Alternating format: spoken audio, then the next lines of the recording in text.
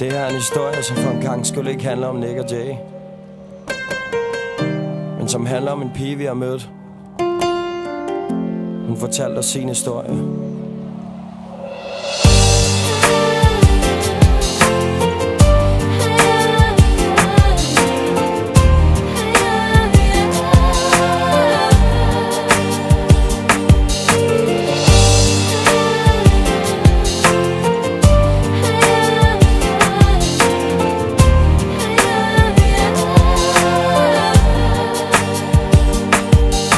Hun var 10 år gammel, da hun skiftede skole igen.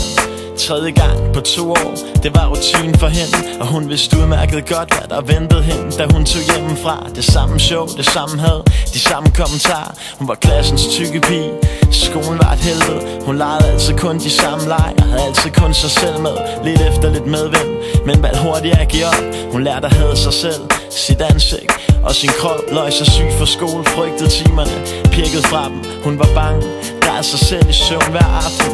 Og hendes mor var ligeglad, når hun en sjælden gang var hjemme. Hun var den mindste af 4, man lagde sjældent mærke til hende.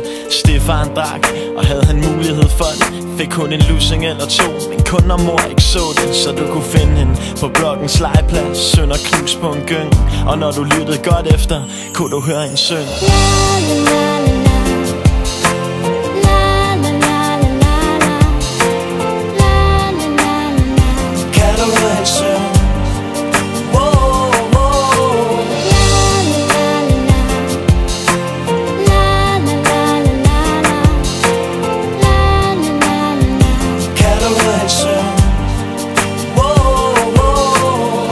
En privatfest, en fucked up en af slagsen. Forvirret, fortvivlet, kunne aldrig finde takten. Men hun følte sig ganske lykkelig, når hun var fuld.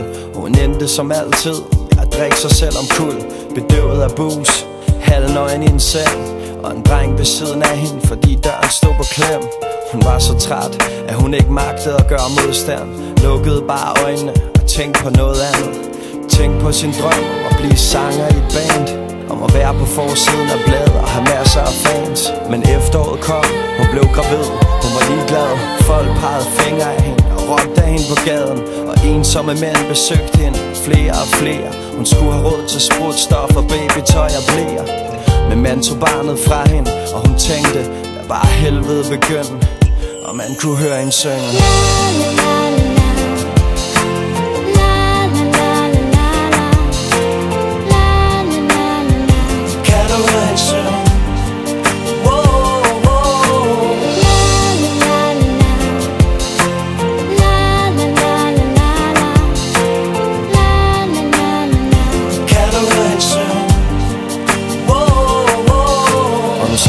Digte om lys og mørke, men mest om mørke. Og hun råber om hjælp, men ingen hører det.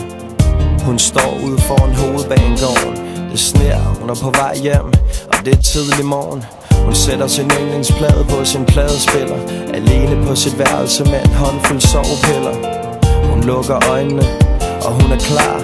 Visker til englene, kom, tag mig væk herfra. Hun kigger sig i spejlet, og hun græder lidt. Forbander den kærlighed, som hun aldrig fik, og nogen hamrer på døren. Hun hører ingenting, hun glæder sig bare til det sted hun skal hen, og du kan høre en synge.